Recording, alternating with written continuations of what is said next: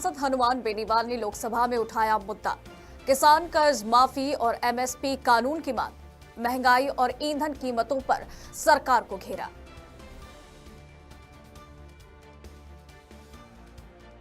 मोहसिन रशीद टोंक ने कांग्रेस हाईकमान को लिखा पत्र। जेल में बंद उमर खालिद को राज्यसभा उम्मीदवार बनाने की मांग। पीसीसी चीफ ने इसे बेतुका दिया करार।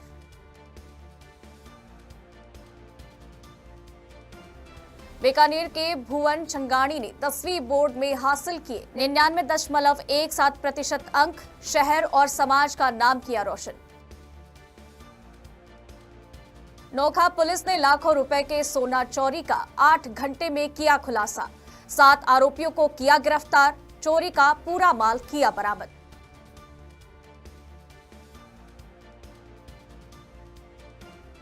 नमस्कार, मैं हूं वैशाली गोगिया और आप देख रहे हैं न्यूज ढानी।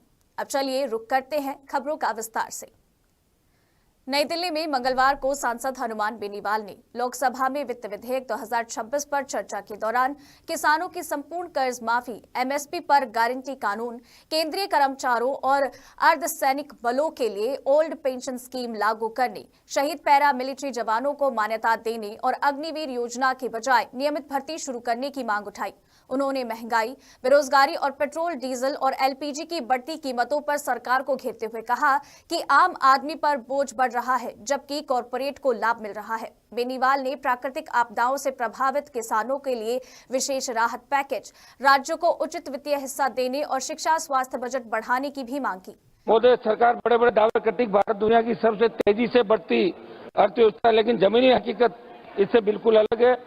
अगर अर्थव्यवस्था इतनी मजबूत है फिर आम आदमी की जेब क्यों खाली होती जा रही है? समझ मोदी, आज हम बात करें कि देश के अंदर बेरोजगारी किस कदर बढ़ रही है। वित्त मंत्री जी बैठी है, चिंता करते हैं। कॉलेज, विश्वविद्यालय, विधानसभा से होकर लोकसभा के अंदर पहुंचे हैं। पूरे देश के अंदर सबसे ज्वलंत अगर समस्या है वो बेरोजगारी की समस्या। इसके ठोस समाधान के आप क्या कर सकते हैं? जयपुर में राजस्थान मुस्लिम अलायंस के अध्यक्ष मोहसिन रशीद टोंक ने कांग्रेस हाईकमान को पत्र लिखकर तिहाड़ जेल में बंद जेएनयू के पूर्व छात्र उमर खालिद को राजस्थान से राज्यसभा उम्मीदवार बनाने की मांग की है। इस मांग पर प्रदेश कांग्रेस अध्यक्ष गोविंद सिंह डोटासरा ने इसे बेतुका बताया है। जानकारी के अनुसार मोहसिन रशीद कांग्रेस के विधानसभा सचेतक रफीक खान और विधायक अमीन कागजी के करीबी माने जाते हैं और कई कार्यक्रमों में उनके साथ मंच भी साझा कर चुके हैं। साथ ही चर्चा ये भी है कि 2 मुस्लिम नेताओं के सलाह पर ही पार्टी हाईकमान को इस तरह का पत्र लिखा गया है।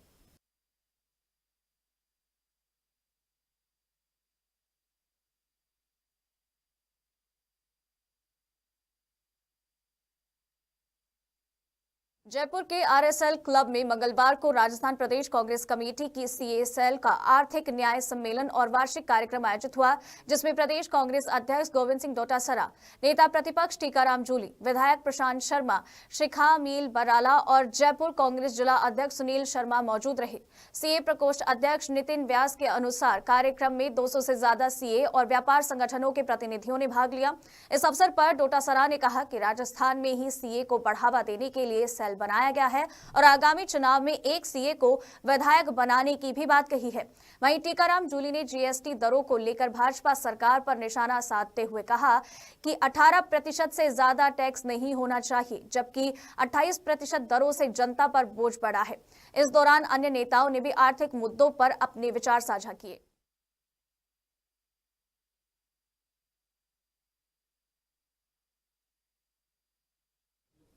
बीकानेर के पुष्करना समाज के छात्र भुवन छंगाणी ने 10वीं बोर्ड परीक्षा में 99.17% अंक हासिल कर शहर, समाज और परिवार का नाम रोशन किया है।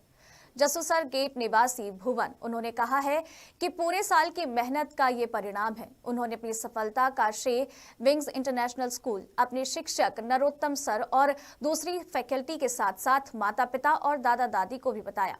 भुवन ने बताया कि उन्होंने तय घंटों के बजाय रोजाना छोटे छोटे लक्ष्य बनाकर पढ़ाई की और उन्हें नियमित रूप से पूरा किया। साथ ही उन्होंने आने वाली पीढ़ी को लगातार मेहनत करने और अभिभावकों से बच्चों को पूरा सहयोग देने का संदेश दिया। उनकी इस सफलता से परिवार और स्कूल में खुशी का माहौल है।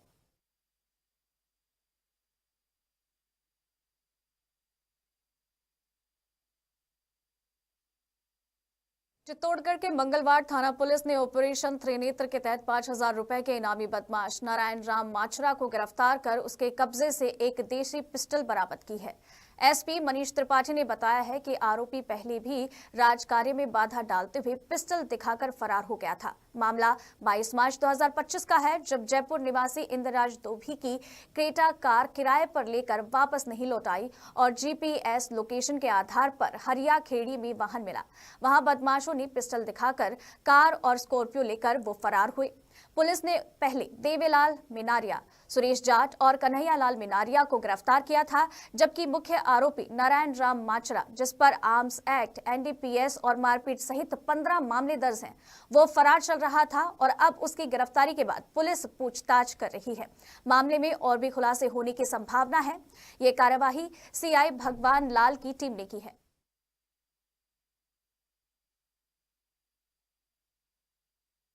बीकानेर के नोखा थाना पुलिस ने एसपी मृदुल कछावा के निर्देश में लाखों रुपए के सोना चोरी मामले का महज 8 घंटे में खुलासा करते हुए 7 आरोपियों को चोरी के सामान के साथ गिरफ्तार किया है। थाना अधिकारी अरविंद भारद्वाज ने बताया कि 22 मार्च को बदमाश रिफाइंड सोना खरीदने के बहाने के मनोज सोनी के घर पहुंचते हैं। चालाकी से 15 से 16 सोने की थैलियां लेकर वो वहां से भाग जाते हैं, जिसकी पूरी घटना सीसीटीवी में कैद हुई। पुलिस ने जीपीएस और तकनीकी मदद से करीब 1200 किलोमीटर दूर आरोपियों का पता लगाकर विजय गोहल, नरेंद्र सागर परमार, हरीश मोरी, प्रभात गोविंद और विजय सोलंकी को गिरफ्तार किया है। साथ ही साथ वारदात में प्रयुक्त गाड़ी भी जब्त की गई है। ये कार्यवाही अतिरिक्त पुलिस अधीक्षक बनवारी लाल मीना और सीओ जनरल सिंह के सुपरविजन में हुई, जिसमें गुजरात की राजकोट क्राइम ब्रांच का भी सहयोग रहा और पुलिस टीम ने पूरा सोना बरामद कर लिया और आरोपियों को गिरफ्तार किया।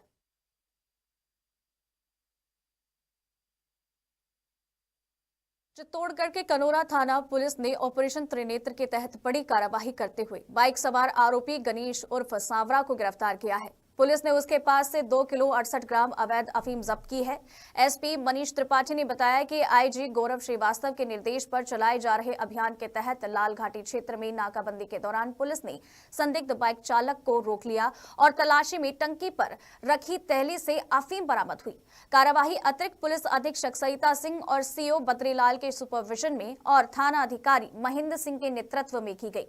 पुलिस ने अफीम और बाइक जब्त कर आरोपी से पूछताछ शुरू कर दी है और ये पता लगाने की कोशिश की जा रही है कि वो अफीम कहां से आई है और वो किसे देने के लिए जा रहा था।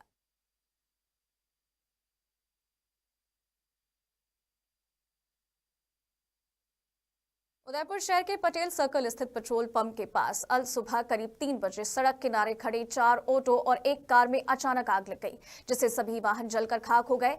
राहत की बात यह रही कि आग पास के पेट्रोल पंप तक नहीं पहुंची, वरना बड़ा हादसा हो सकता था। सूचना मिलते ही नगर निगम की दमकल टीम मौके पर पहुंची और कड़ी मशक्कत के बाद आग पर काबू पा लिया गया। आग की लपटों को देखकर वहां से गुजर रहे लोग दंग रह गए, घबरा गए। फिलहाल आग लगने के कारण स्पष्ट नहीं हो पाए हैं। हालांकि इसे ऑटो चालकों के आपसी विवाद से जोड़कर भी देखा जा रहा है। पुलिस आसपास लगे सीसीटीवी कैमरों की जांच कर मामले की सच्चाई पता लगाने में जुटी हुई है।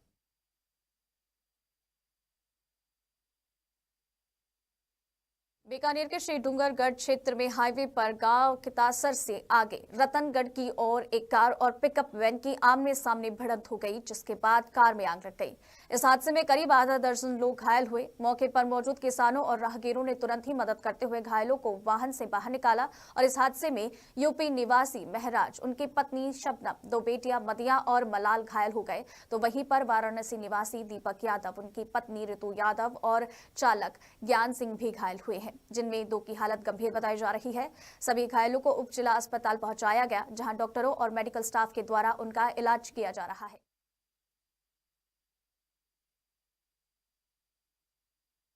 चित्तौड़गढ़ में राजस्थान सहकारी कर्मचारी संयुक्त संघर्ष समिति के बैनर तले सहकारी कर्मचारियों ने अपनी मांगों को लेकर नारेबाजी करते हुए कार्य बहिष्कार जारी रखा और कलेक्टर सहित विभिन्न अधिकारियों को ज्ञापन सौंपा। जिलाध्यक्ष देवेंद्र सिंह शक्तावत के निर्देशन में कर्मचारियों ने ढोल बजाओ सरकार जगाओ अभियान के तहत कलेक्ट्रेट पर प्रदर्शन किया और केंद्रीय बैंक तक रैली निकाली। उन्होंने बताया कि 27 फरवरी से चल रहा बहिष्कार यूं ही जारी रहेगा और अगर 31 मार्च तक उनकी मांगे नहीं मानी जाती है तो 1 अप्रैल से पूरी तरह से तालाबंदी होगी। विधानसभा घेराव और राशन, खाद, बीज और समर्थन मूल्य खरीद जैसे कार्य भी बंद कर दिए जाएंगे। इस दौरान व्यवस्थापक, सहायक व्यवस्थापक, सेल्समैन सहित अन्य कर्मचारी बड़ी संख्या में मौजूद रहे।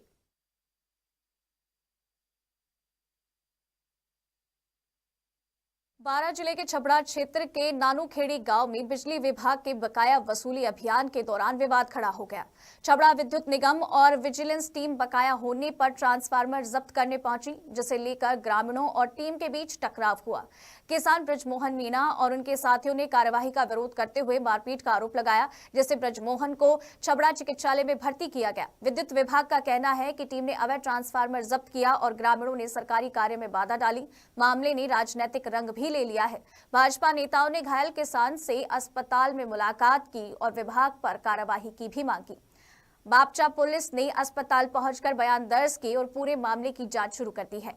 अब ये विवाद प्रशासन और राजनीतिक दोनों के लिए काफी चुनौती भरा है, जबकि सच्चाई जांच के बाद ही सामने आएगी।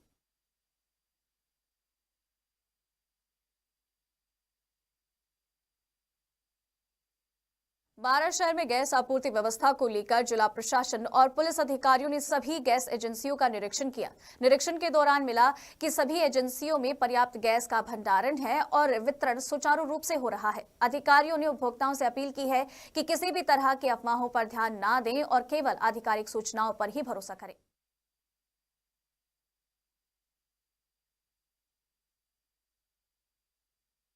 पोखरण में राष्ट्रीय मानसिक स्वास्थ्य कार्यक्रम के तहत पीएचसी झाबरा और उप जिला कारागृह में राज्य सरकार की ओर से मानसिक स्वास्थ्य और नशा मुक्ति शिविर आयोजित किया गया। इस शिविर में राजकीय जिला अस्पताल पोखरण के मनोरोग एवं नशा मुक्ति विशेषज्ञ डॉक्टर जितेंद्र नारानिया ने मरीजों की जांच की, निःशुल्क दवाइयां वितरित की और उन्हें मानसिक स्वास्थ्य, नशे की लत और आत्महत्या रोकथाम के लिए परामर्श दिया। डॉक्टर नारानिया ने बताया है कि समय पर उपचार और सही मार्गदर्शन से मानसिक बीमारियां और नशे की आदत को नियंत्रित किया जा सकता है। शिविर में उपस्थित लोगों को मानसिक तनाव, अवसाद और नशे के दुष्प्रभावों के बारे में भी जानकारी दी और उन्हें स्वस्थ जीवन जीने के लिए प्रेरित किया। इस अवसर पर चिकित्सा विभाग के कर्मचारी और स्थानीय जनप्रतिनिधि भी मौजूद रहे।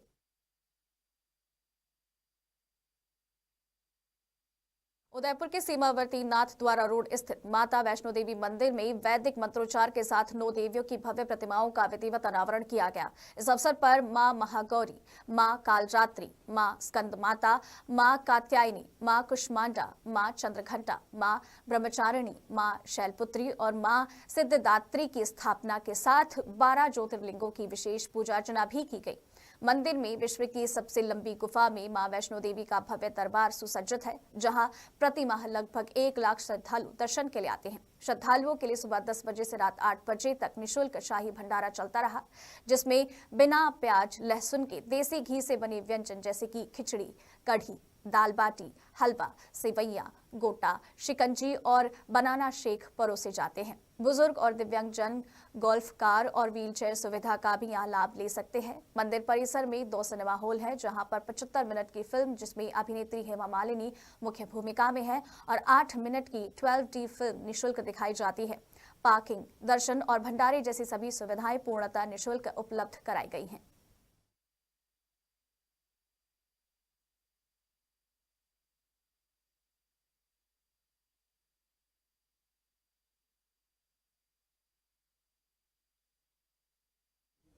फिलहाल इस बुलेटिन में इतना ही। मैं वैशाली गोगिया, आप देखते रहिए न्यूज़ धारी।